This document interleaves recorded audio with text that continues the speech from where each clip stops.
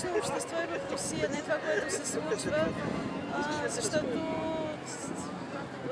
при тях отношението е наистина безобразно.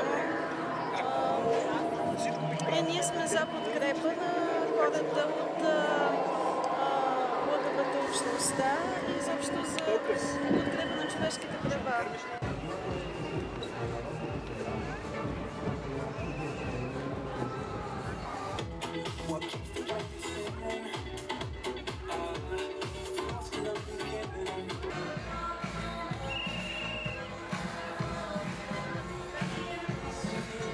Което всяка година отправя своето послание и позиция по различни социално значими теми за лагера или други лица, които също стават.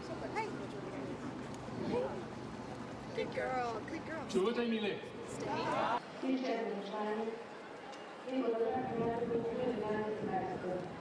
Всичките знамена.